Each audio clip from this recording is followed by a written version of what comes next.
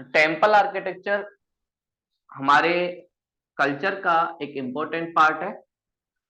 और इस पिलर में धीरे धीरे कैसे कैसे चीजें बढ़ी, क्या क्या सिस्टम चला, उसको हम जानेंगे। टेम्पल, सबसे पहली बात, एक रिलीजियस पॉइंट के लिए सबसे इंपॉर्टेंट चीज है। और इंडिया में जो डेवलपमेंट हुआ टेम्पल का, वो डेवलपमेंट दिखता है after Maurya period. After Maurya हमारे देश में टेम्पल आर्किटेक्चर दिखता है। और इसमें सिस्टम की बात करें कि कितने टाइप के टेम्पल सिस्टम इंडिया में है, तो 3 टाइप के टेम्पल सिस्टम इंडिया में दिखते हैं और जिन्हें हम एक ज्योग्राफी के बेस पे देख सकते हैं। पहला जो दिखता है वो है हिमालय से विंध्यन। हिमालय जो नॉर्थ में दिखता है, हिमालय से विंध्यन जो माउंटेन है उनके बीच, इसके बीच जो हमें सिस्टम दिखता है उसे हम कहते हैं नागर। नागर टेम्पल, या आप कह सकते हो नागर सिस्टम। इस स्टाइल से जो टेम्पल बनते हैं उसी को हम नागर कहते हैं। नागर सिस्टम में जो टेम्पल आपको बनता हुआ दिखाई देगा, एक स्क्वायर, तो इस स्क्वायर के ऊपर एक आपको लाइन वाला शिखर, और इस शिखर के ऊपर एक स्ट्रक्चर, कलश जिसे हम कहते हैं, ये हमें दिखेगा। और इसके चारों तरफ ये आपको एक बाउंड्री, ऐसा स्ट्रक्चर आपको नागर सिस्टम दिखेगा जो नॉर्थ इंडिया में भी दिखता है। और फिर यहां पर चारों तरफ से आने के लिए कुछ सीढ़ियां,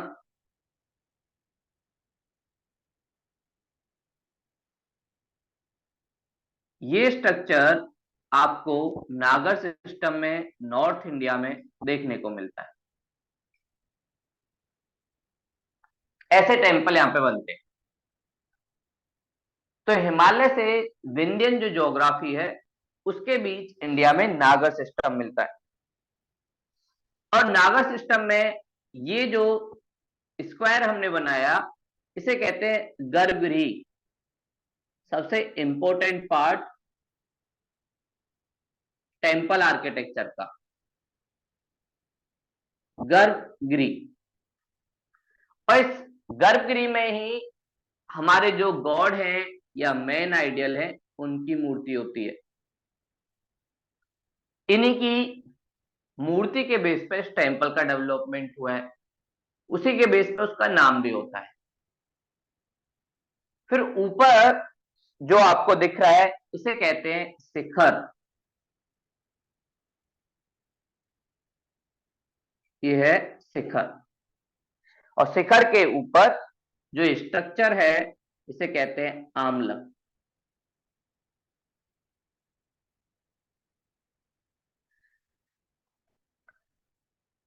और जो आपको चारों तरफ ये बाउंड्री दिख रही है इसके कहेंगे अधिष्ठान।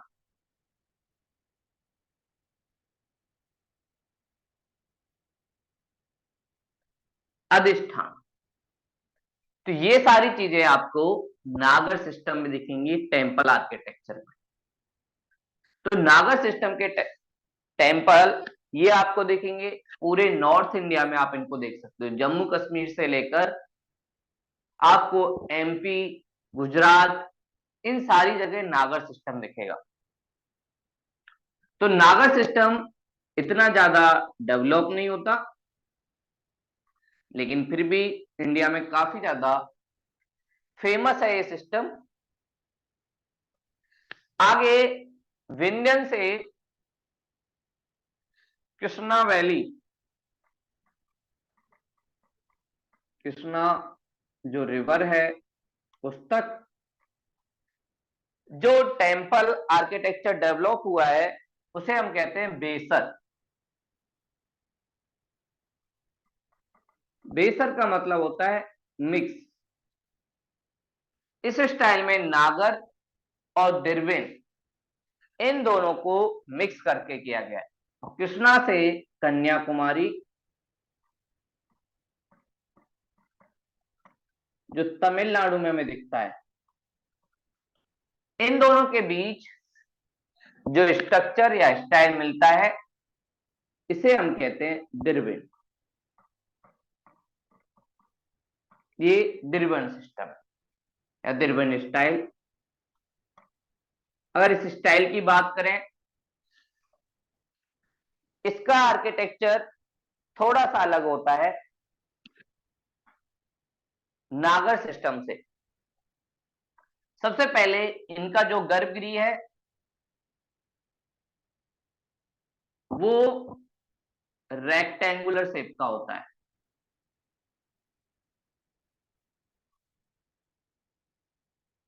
गर्भगृह आपको रेक्टेंगुलर शेप का मिलेगा और फिर उसके ऊपर अलग अलग मीनार।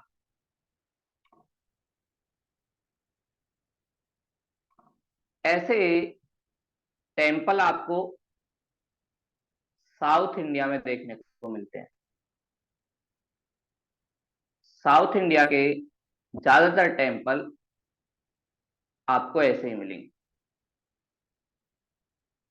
ऐसे इनका डेवलपमेंट हुआ है।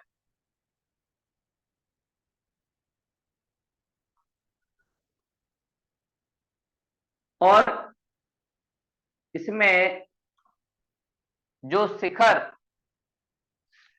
हमने बात की, नागर शैली में वो लाइन वाला था सीधा, लेकिन इसमें प्रामीण की तरह है।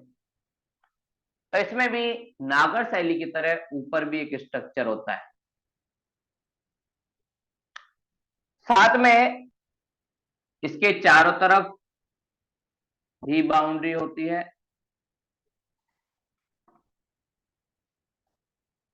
और इसके सामने की तरफ एक गेट होता है जहां से एंट्री होती है। एंट्री गेट ये होता है। ये जो गर्भगृह ये रेक्टेंगुलर शेप का है, आयत। यहां पर जो मेन गॉड है उसकी जो मूर्ति है उसको स्टैब्लिश किया जाता है। जैसे नागर में था ऐसे ही यहां पर। ये काफी इंपॉर्टेंट होता है। और ये शिखर जो है इसको कहते हैं प्रामीण शिखर। प्रामीण की तरह दिखाई देता है, थोड़ा धीरे धीरे धीरे धीरे ट्रायंगल शेप बन जाता है, इसलिए इसको कहते हैं प्रामीण। और नागर शैली के शिखर को हम कहते हैं लाइन शिखर। उसके ऊपर जो स्ट्रक्चर आपको दिख रहा है इसको कहते हैं स्तूपिका, जिसे नागर शैली में हम लोग आमलक कह रहे थे। फिर उसके बाद ये जो वॉल आपको दिखती है इसको कहते हैं पारकोटा वॉल। पारकोटा वॉल। और ये जो गेट दिख रहा है इसको दे कहते हैं हम गोपुरम।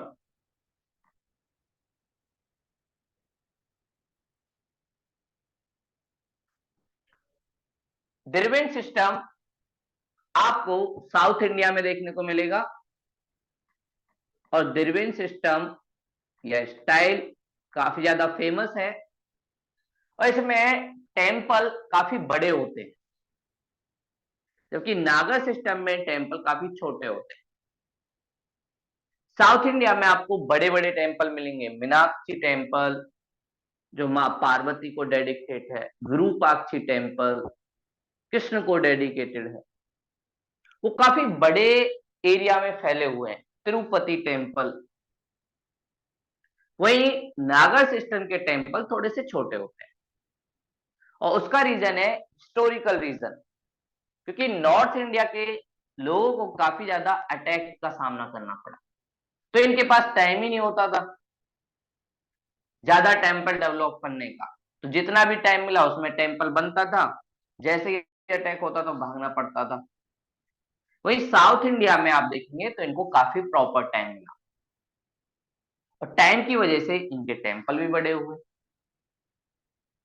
साथ में साउथ इंडिया में रिसोर्स भी अच्छे अवेलेबल थे, पोर्ट था, साथ में इनके पास स्पाइस मसाले थे, जिससे इनकी इकोनॉमिक वैल्यू काफी ज्यादा हाई होती है। इसलिए किंग के पास जब इतना सारा रिसोर्स था तो उन्होंने आसानी से इनको बनवाया। तो ये इसलिए दोनों आर्किटेक्चर में थोड़ा सा डिफरेंस होता है, और इन दोनों का मिक्स कल्चर जो बना उसे कहते हैं बेसर, जिसमें शिखर प्रामीण बना दिया, गर्भगिरी इसकी तरह बना दी। ऐसे जब होता है तो उसे ही हम ये कहते हैं। तो ये दोनों सिस्टम में एक डिफरेंस होता है, और आपसे कई बार पूछ लिया जाता है in temple style which temple गर्भगिरीज स्क्वायर शेप और रेक्टेंगुलर शेप। तो स्क्वायर शेप में आपको दिखेगा नागर सिस्टम का, रेक्टेंगुलर शेप में दिखेगा साउथ इंडिया। साथ में नॉर्थ इंडिया के ऊपर वाला जो पार्ट है जहां पे श्राइन रहते हैं, गॉड रहता है, उसके ऊपर जो शिखर बनता है वो लाइन वाला होता है। साउथ इंडिया में जो शिखर होता है वो प्रामीण वाला होता है। शिखर के ऊपर जो रखा होता है उसे नागा सिस्टम में आमलक कहते हैं, साउथ इंडिया में या द्रविड़ सिस्टम में उसे स्तूपिका कहते हैं। फिर उसके बाद जो चारों तरफ बाउंड्री होती है उसे नागा सिस्टम में अधिष्ठान कहते हैं, द्रविड़ सिस्टम में उसे पारकोटा कहते हैं। नागर सिस्टम में बहुत सारे गेट होते हैं, सीढ़ियों के थ्रू आप लोग चढ़ सकते हो, लेकिन द्रविड़ सिस्टम में गोपुरम होता है, कि मेन गेट होता है, एक ही गेट होता है, और गोपुरम जितना ऊंचा होता है उससे पता चलता है कि किंगडम कितनी ज्यादा ऊपर। तो ये हमने इन दोनों स्टाइल में डिफरेंस देखा और जाना कि भाई इनमें डिफरेंस क्या क्या होता है। तो ये दो स्टाइल हमें दिखते हैं टेम्पल सिस्टम में। अब बात आती है कि भाई इन स्टाइल का डेवलपमेंट कैसे कैसे हुआ, कहां कहां से हमारे देश में क्या क्या चीजें हुई। वैसे मौर्य एम्पायर के एंड के बाद ही सबसे पहले गोपुरम स्टाइल डेवलप हुआ, और धीरे धीरे इस स्टाइल के बाद इंडिया में टेम्पल आर्किटेक्चर काफी आगे बढ़ा। और अगर टेम्पल आर्किटेक्चर से जुड़ी हुई कुछ बातों की बात करें कि भाई इंपॉर्टेंट पॉइंट क्या होते हैं, या पार्ट्स ऑफ टेम्पल,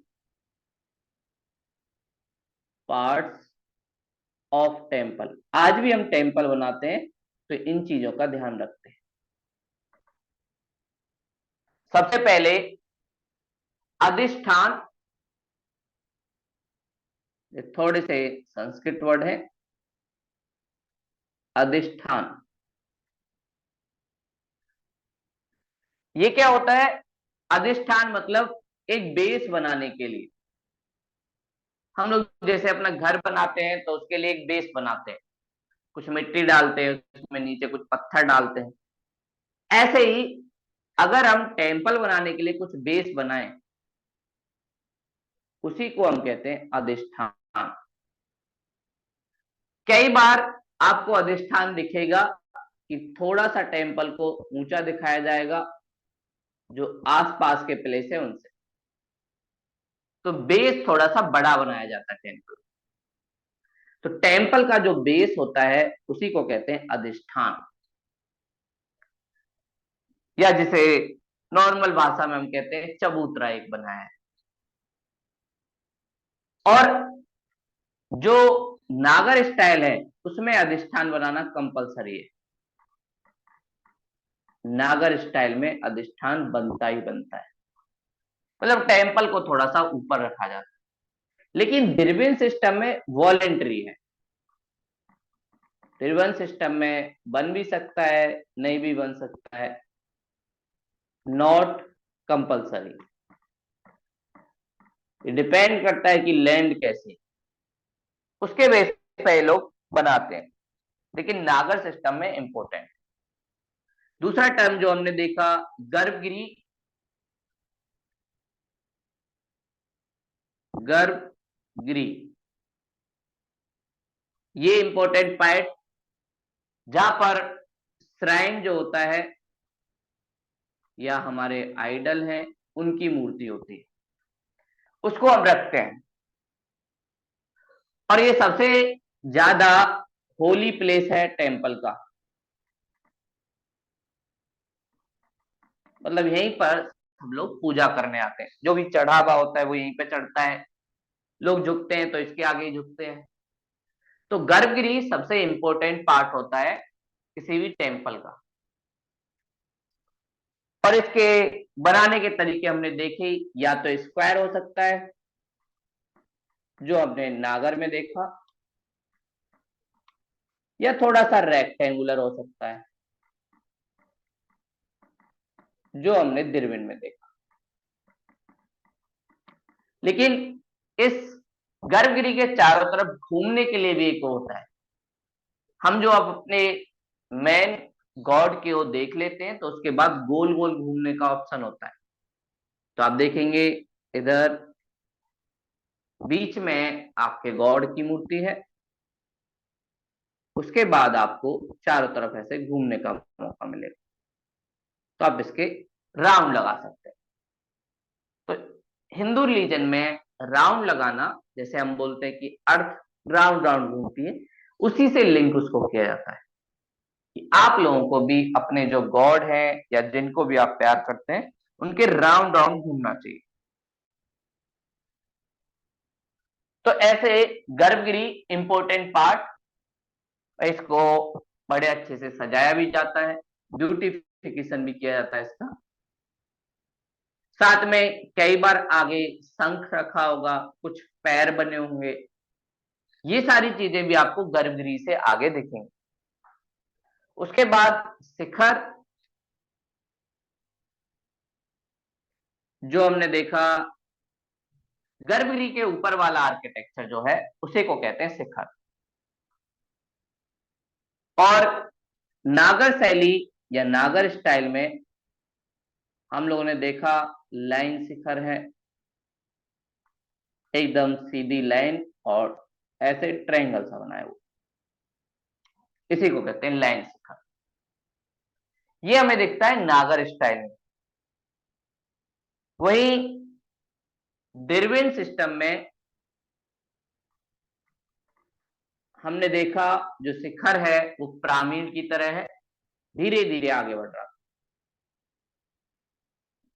पिरामिड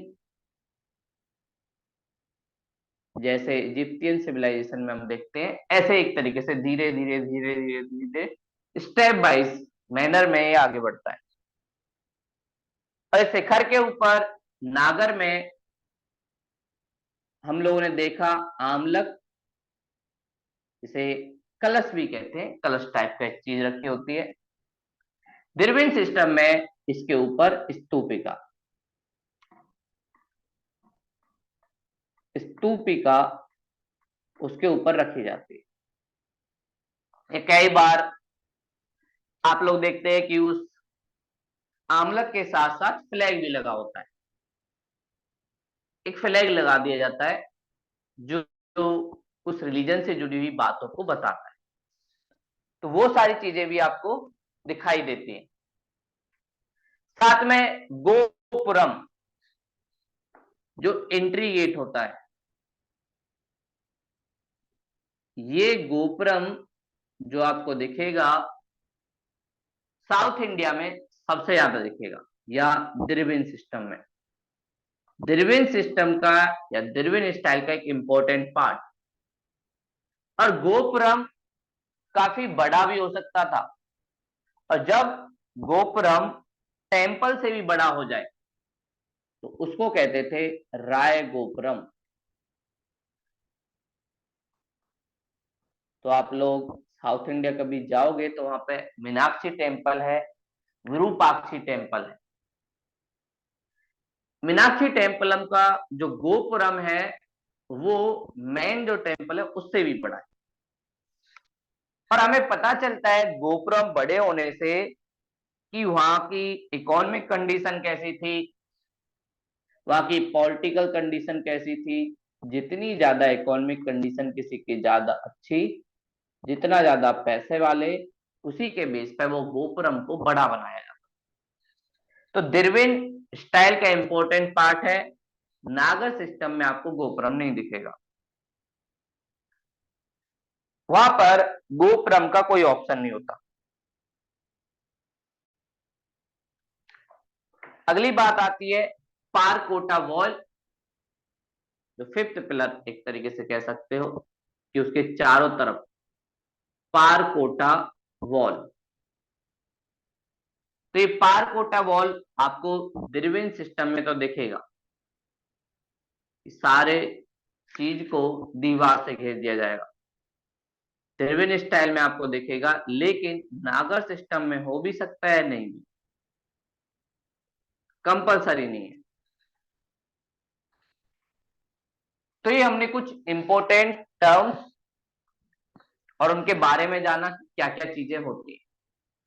साथ में साउथ इंडिया के जो टेम्पल हैं वो इकोनॉमी का भी एक इंपॉर्टेंट पिलर थे।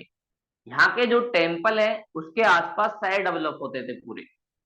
जैसे तिरुवनंतपुरम एक शहर है, वो पूरा जो आसपास टेम्पल है उसके चारों तरफ है। और ये टेम्पल के आसपास मार्केट लगती थी, साथ में बहुत सारे लोग उस टेम्पल में एम्प्लॉयमेंट भी मिलती थी, साथ में टेम्पल बिजनेस भी स्टेब्लिश करता था। तो साउथ इंडिया के टेम्पल काफी ज्यादा बड़ा रोल प्ले करते थे, लेकिन नॉर्थ इंडिया में जो टेम्पल है वो इतना बड़ा रोल नहीं प्ले करते थे। हो सकता है वहां पे मार्केट हो सकता है ना हो, लेकिन साउथ इंडिया में ये सारी चीजें करते थे। कई बार कर्ज भी देते थे, जिसको कर्ज चाहिए था उसको कर्ज मिलता था। कोई बड़ा बिजनेसमैन, या आप कह सकते हो बैंक की तरह भी काम किया, एज अ बैंकर भी साउथ इंडिया में द्रविड़ टेम्पल काम करते थे। तो अगली बात, डेवलपमेंट इन स्टाइल का कैसे कैसे हुआ। तो अगली बात आती है नागर और द्रविड़ सिस्टम का डेवलपमेंट। कैसे कैसे ये सारे टेम्पल इंडिया में डेवलप हुए, और किस किस टाइम कुछ फेमस टेम्पल बने, कुछ फेमस टेम्पल जिनके बारे में पूछ लिया जाता है। डेवलपमेंट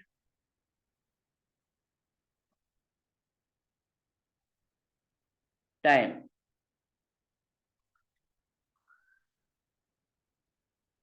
सबसे पहले हमें गुप्ता पीरियड, गुप्ता पीरियड के समय जो शुरुआती जो टेम्पल थे वो बिल्कुल सिंपल होते थे। ऐसे दीवार बना दी, ज्यादा बड़ा कोई शिखर नहीं, नॉर्मल एक कमरे की तरह। गुप्त काल में धीरे धीरे जो मंदिर हैं उनके नीचे अधिष्ठान बनने लगा। अधिष्ठान अभी आपने देखा, मतलब एक चबूतरा टाइप का एक बेस, ये बनना स्टार्ट हो गया। और साथ में ऐसे बेस बनाया, और इस बेस पर चारों तरफ से चढ़ने के लिए सीढ़ियां बननी स्टार्ट हो गई, कि आप लोग यहां से भी चढ़ सकते हो, यहां से भी चढ़ सकते हो, साथ में यहां से भी। ये सारी चीजें आपको गुप्ता पीरियड में दिखने लगी।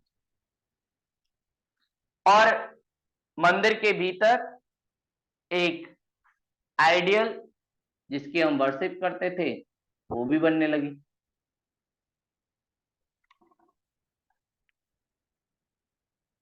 साथ में गर्भगृह उसके चारों तरफ घूमने के लिए एक गोल राउंड भी बनने लगा।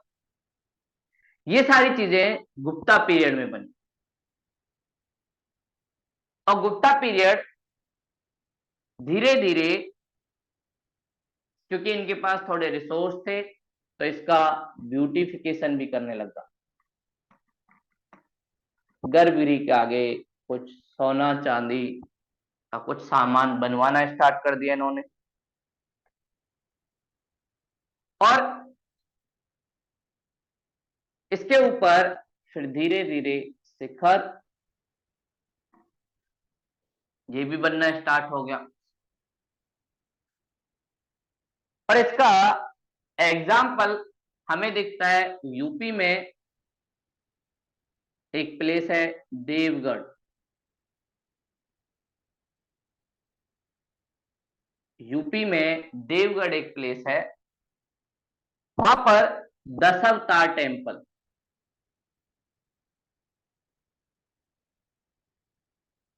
तार टेम्पल शुरुआती टेम्पलों में से एक है जो बहुत सिंपल बना हुआ।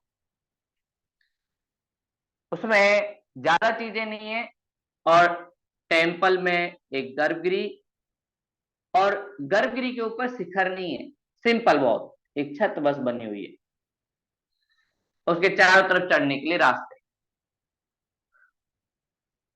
ये धीरे धीरे होने लगा। ज्यादातर जो टेम्पल थे वो इस टाइम स्टोन से बनते थे, पत्थर। तो दशावतार टेम्पल भी स्टोन से ही बनता था। पत्थर से क्यों बनते थे? एक तो अरावली हिल के माउंटेन है, राजस्थान से उधर से आते हैं, साथ में हिमालय से भी बहुत सारी चीजें इनको मिल जाती हैं, तो इसलिए ज्यादातर ये टाइम स्टोन का यूज करते थे, पत्थर का यूज करते थे। तो ये यहाँ के टाइम की नॉर्मल चीज थी जो यूज करते थे। लेकिन धीरे धीरे टाइम जैसे जैसे बीतता गया तो ब्रिक का भी यूज करने लगे, ईंट का भी। ईंट से भी डेवलपमेंट होने लगा टेम्पल का। और ऐसा एक टेम्पल हमें कानपुर में दिखता है। कानपुर में पहला टेम्पल जो ब्रिक से बना, ईंटों से बना, जिसका नाम है भीतरगांव टेम्पल। भीतरगांव टेम्पल, ये टेम्पल ब्रिक से बना हुआ नागर सिस्टम का पहला टेम्पल। ये भी कहाँ है? यूपी में, उत्तर प्रदेश। उत्तर प्रदेश में बहुत सारे शहर काफी ज्यादा फेमस हैं, जैसे मथुरा, अयोध्या। तो इसलिए यहाँ पर टेम्पल से जुड़ी हुई चीजें काफी ज्यादा चलती हैं। फिर धीरे धीरे हम कह सकते हैं कि भाई नागर जो स्टाइल है उसका डेवलपमेंट शुरू हो गया गुप्ता पीरियड से। और इसमें गुजरात नागर सिस्टम की सबसे बढ़िया जो स्कूल है वो है गुजरात में दिखेगा आपको। साथ में उड़ीसा, वहां पे भी काफी अच्छा डेवलप हुआ है। इसके अलावा एमपी, मध्य प्रदेश, यहाँ पे भी डेवलप हुआ है। गुजरात में सोलंकी जो रूलर हुए उन्होंने काफी ज्यादा डेवलपमेंट करवाया। सोलंकी रूलर ये काफी बड़े बड़े टेम्पल डेवलप करवाएंगे। और एमपी में खजुराहो टेम्पल काफी ज्यादा फेमस है। पूरा एक एरिया डेडिकेटेड है टेम्पल के लिए, और वहां पर 15-20 से ज्यादा टेम्पल, काफी ज्यादा फेमस है, एक टूरिस्ट प्लेस। और इसको बनवाया चंदेला, वहां पर एक डायनेस्टी रूल करती थी जिनका नाम था चंदेला, तो इन्होंने खजुराहो टेम्पल को बनवाया। तो खजुराहो टेम्पल, जिनके बारे में बोला जाता है कि बिल्कुल नागर सिस्टम का सबसे बढ़िया एग्जाम्पल आपको खजुराहो टेम्पल में दिखता है। उड़ीसा में यहाँ पर जो शासक हुए खारवेल, उन्होंने बहुत सारे टेम्पल बनवाए, और फिर धीरे धीरे टेम्पल रॉक कटिंग से बनने लगे। जो पहाड़ी थी उसको काटा जाता था, उसके बाद टेम्पल बनते थे। तो ऐसे हमें गुप्ता पीरियड के बाद नागर जो सिस्टम है वो दिखने लगा, और ये नॉर्थ इंडिया का एक तरीके से दिख रहा था। वहीं इसके पैरेलल साउथ इंडिया में द्रविड़ सिस्टम भी डेवलप हुआ।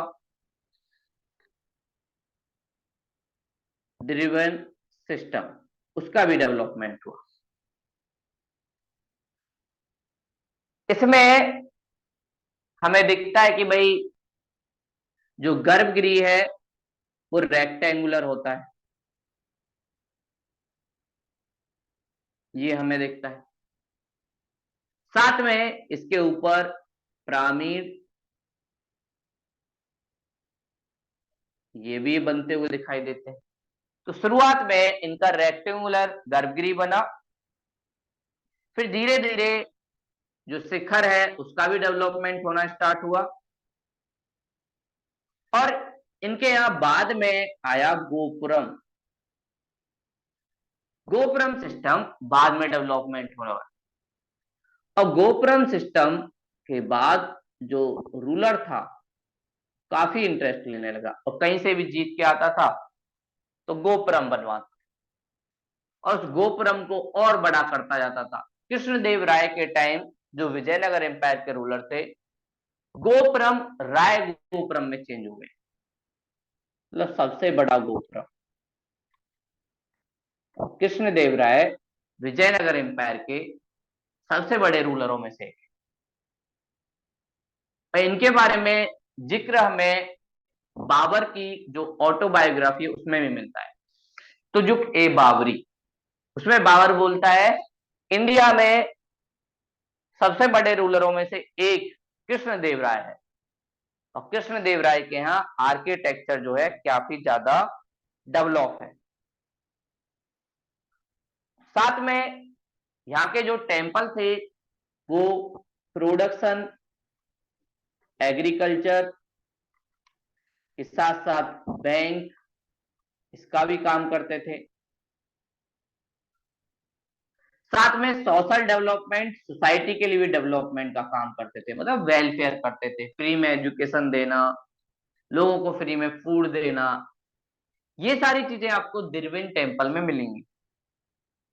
साथ में बहुत सारे लोगों को कर्ज पर पैसा देते थे कि आप डेट पे पैसा ले जाओ, हमें श्रद्धालुओं ने दिया है, हम आपको देते हैं, आप इंटरेस्ट हमें देना और ले जाना। तो ऐसे भी इन्होंने काफी ज्यादा किया, इसलिए बोला जाता है साउथ इंडिया के डेवलपमेंट में टेम्पलों का बहुत बड़ा रोल है, और इसलिए ये लोग उसको इंपोर्टेंस भी देते हैं। फिर उसके बाद इन दोनों को मिक्स करके बेसर शैली आई, और बेसर एक तरीके से मिक्स है नागर का और द्रविड़ का, तो इसमें कुछ नया नहीं मिलेगा, लेकिन दोनों का मिक्सर मिलेगा। और इसको फेमस किया होयसल। होयसल रूलर हुए, उन्होंने फेमस किया, जो मराठवाड़ा एरिया, कर्नाटक वाले एरिया इसके बीच हुए। तो इन्होंने इन दोनों को मिक्स करके कई बार पिरामिड, जो शिखर था वो पिरामिड वाला, गर्भगृह नागर से ले लिया स्क्वायर वाला, उसके चारों तरफ सीढ़ियां निकाल दी। तो ऐसे बेसर सिस्टम जो है डेवलप हुआ। और इसका एक फेमस टेम्पल जिसे हम कहते हैं होयसलेश्वर टेम्पल, वो भी हमें दिखता है, होयसलेश्वर। और ये कहां पे? मैसूर, जो हमें कर्नाटक में दिखता है। द्रविड़ की बात करें तो द्रविड़ में बहुत सारे मीनाक्षी टेम्पल, विरूपाक्षी, ये टेम्पल भी हमें दिखता है। तो ऐसे इंडिया में टेम्पल आर्किटेक्चर का डेवलपमेंट हुआ और धीरे धीरे बहुत सारे लोग इन टेम्पल आर्किटेक्चर से जुड़ने लगे। और फिर इन्हीं तीन, नागर, द्रविड़ और बेसर स्टाइल से जुड़े हुए टेम्पल अलग अलग स्टेट में या रीजनल लेवल पर बने और ये आज तक बनते आ रहे हैं। अभी भी बहुत सारे टेम्पल, जैसे आपने सुना है राम मंदिर टेम्पल बन रहा है, तो उसमें भी कहीं ना कहीं हम दोनों चीजों को मिक्स करके बना रहे हैं, नागर और द्रविड़। द्रविड़ टेम्पल की जो आर्किटेक्चर है वो काफी अच्छे लेवल का है। और फिर उसके बाद रीजनल लेवल की स्टाइल डेवलप होने लगी, रीजनल टेम्पल स्टाइल। लेकिन इनमें कुछ नया नहीं दिखेगा, सारी चीजें वही होंगी। तो सबसे पहले हमें दिखता है उड़ीसा में, तो उड़ीसा के रूलरों ने बहुत सारे टेम्पल बनवाए। और उड़ीसा में पुरी एक प्लेस है, और पुरी में एक टेम्पल काफी ज्यादा फेमस है, कोणार्क सन टेम्पल। ये आपने सुना होगा, कोणार्क सन टेम्पल उड़ीसा का सबसे फेमस टेम्पल। और इसे जो सन है, गॉड सन जिसे हम मानते हैं, उसके बेस पे बनाया गया है। साथ में इसमें रथ को भी दिखाया गया है, और रथ के साथ साथ घोड़े, हॉर्स, वो भी हमें देखने को मिलते हैं। मतलब पूरा एक इमेज को टेम्पल की फॉर्म में दे दिया है। और इसके बारे में बोला जाता है, इसकी जो मेन श्राइन है गर्भगिरी, जहां पर गॉड रहते हैं, वो जैसे ही सन की लाइट आती है तो वो डायरेक्ट गर्भगिरी पे पड़ती है। तो ऐसा एक आर्किटेक्चर बनाया गया कि सन की लाइट डायरेक्ट गर्भगिरी पे पड़े। और साथ में इसमें इलेक्ट्रोमैग्नेटिक फोर्स भी हमें दिखता है। और कई बार जो शिप आते थे कोस्ट के पास, वो कई बार इस मंदिर की वजह से टूट जाते हैं, क्योंकि इलेक्ट्रोमैग्नेटिक फोर्स की वजह से वो शिप इसकी तरफ अट्रैक्ट होते थे। अट्रैक्ट होने की वजह से समुद्र से वो इसकी तरफ जाते थे और टकरा के टूट जाते। इसलिए बहुत सारे लोग इसको कहते थे ब्लैक पगोड़ा है, ब्लैक पगोड़ा। तो इसे ब्लैक पगोड़ा के नाम से भी जाना जाता है। तो ये काफी ज्यादा फेमस है। तो कई बार आपसे मैच करने के लिए पूछ लिया जाएगा कि कोणार्क सन टेम्पल, पहले पूछा जाएगा किस स्टाइल का है, तो नागर, क्योंकि ये हमें दिख रहा है हिमालय से विंध्यन के बीच में, इसलिए नागर ही होगा। साथ में किसको डेडिकेटेड है, तो भैया गॉड सन को डेडिकेटेड है। कहां पे है? पुरी में, उड़ीसा के। साथ में इसको ब्लैक पगोड़ा भी कहा जाता है, क्योंकि काफी ज्यादा खतरा होता था जब कोई शिप आता था। ऐसे इनके यहां बनता है। अगला जो एमपी के अंदर हमें दिखता है, जिसे हम कहते हैं खजुराहो। ये टेम्पल दिखते हैं। खजुराहो टेम्पल, जिन्हें चंदेला रूलर और इन चंदेला ने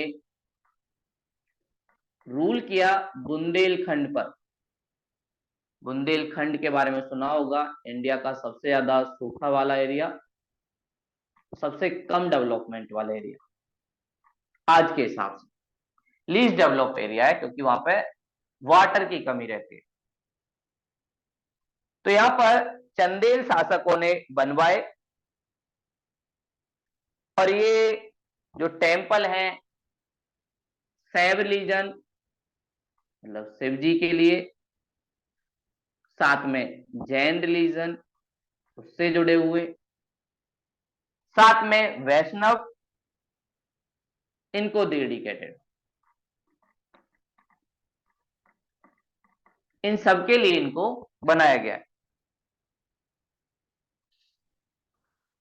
और एक फॉरेन ट्रेवलर जिसका नाम था फर्ग्यूसन, वो इंडिया आता है और वो बोलता है कि खजुराहो के जो टेम्पल हैं वो यूनिटी को दर्शाते हैं इंडिया में, कि यहां पर अलग अलग रिलीजन के लोग कैसे एक साथ रहते हैं। तो इंडिया डाइवर्सिटी विद यूनिटी के साथ है, इसकी बात वो करेगा। और ये टेम्पल की एक और खास बात, काफी ओपन प्लेस में बनाए गए, एरिया काफी ज्यादा है, ऐसा नहीं पास पास, ओपन प्लेस में इनको बनाया गया है। और इनके चारों तरफ आपको कोई वॉल नहीं मिलेगी, आप डायरेक्ट जा सकते हो। और ये हमने देखा नागर सिस्टम का एक इंपॉर्टेंट पार्ट, वॉल नहीं होती, डायरेक्ट आप सीढ़ियां चढ़िए और आप लोग टेम्पल के अंदर, ऐसा ही इनके यहां दिखता है। साथ में इन्होंने बहुत सारी खिड़कियां भी बनवाई हैं, विंडो। आप जब मंदिर के अंदर जाएंगे तो वहां पे बहुत सारी जाली वाली विंडो हैं, उनसे आप देख सकते हैं। और साथ में यहां पर टेम्पल की एक और शैली, पंचायतन। पंचायतन ये आपने भी देखा होगा, मतलब एक मेन टेम्पल है, मेन टेम्पल के चारों तरफ और भी टेम्पल हैं, तो ये और गॉड को डेडिकेटेड है। मेन भगवान इधर है गर्भगृह में, इसके अलावा इसके चारों तरफ भी और छोटे छोटे टेम्पल हैं, तो टोटल मिला के ये 5 हो जाते हैं, इसीलिए इसको कहते हैं पंचायतन। तो खजुराहो में हमें पंचायतन स्टाइल भी दिखती है। और यहाँ पर जो टेम्पल हैं काफी ज्यादा फेमस हैं, एक है कंदरिया महादेव, महादेव टेम्पल,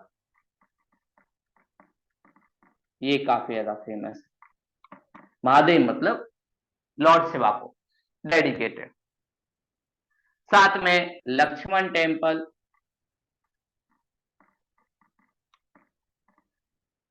राम जी के छोटे भाई को डेडिकेटेड है।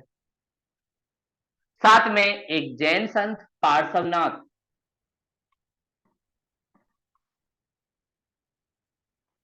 नाथ, उनको भी डेडिकेटेड है। और यहाँ पर मूर्ति भी काफी अच्छे तरीके से डिजाइन की गई है, और कई बार तो ऐसा लगता है मूर्ति खुद बोलने वाली। ऐसे सारे सिस्टम इनके यहाँ दिखते हैं। ऐसे ही गुजरात वाले एरिया में भी दिखता है हमें। गुजरात में काफी ज्यादा फेमस टेम्पल है, गुजरात प्लस राजस्थान, इंडिया का वेस्टर्न वाला पार्ट, इसमें भी बहुत सारे टेम्पल डेवलप, ये भी नागर सिस्टम का एग्जाम्पल। जैसे राजस्थान में माउंट आबू पर, आबू जो अरावली हिल की एक पीक है, वहां पर जैनों का एक टेम्पल काफी ज्यादा फेमस है, दिलवाड़ा जैन टेम्पल। जैन टेम्पल अभी भी बहुत सारे लोग यहाँ पे जाते हैं। ये जैन टेम्पल काफी ज्यादा फेमस है, और सबसे बड़ी बात यहाँ पर मार्बल का यूज किया है, व्हाइट मार्बल, जिससे ताजमहल बना है। तो व्हाइट मार्बल या व्हाइट स्टोन का काफी ज्यादा यूज है इस टेम्पल में, देखने में काफी ज्यादा सुंदर लगता है। अंदर जैसे आप जाओगे तो बहुत सारी चीजों से ब्यूटिफिकेशन किया गया है इसका, इससे इसकी स्टाइल और ज्यादा बढ़ जाती है। तो ऐसे हमें बहुत सारे टेम्पल दिखते हैं। गुजरात में सोमनाथ टेम्पल, वो भी काफी ज्यादा फेमस है। सोमनाथ टेम्पल के बारे में बोला जाता है काफी ज्यादा पैसा रहता था इसके पास, बहुत सारे अटैकर इस पर अटैक करते थे, और उसका रीजन था कि उनको थोड़ा सा पैसा चाहिए था, इसलिए वो ये लोग ये सारी चीजें। तो ये हमने नॉर्थ इंडिया के सारे जो टेम्पल रीजनल लेवल पे हैं वो जान लिए हैं। कल की क्लास में थोड़ा सा साउथ इंडिया में भी रीजनल लेवल पर द्रविड़ टेम्पल का डेवलपमेंट हुआ, उसको भी जाने। तो ये आज की क्लास थी। अगर कोई डाउट हो तो आप लोग पूछ सकते हो।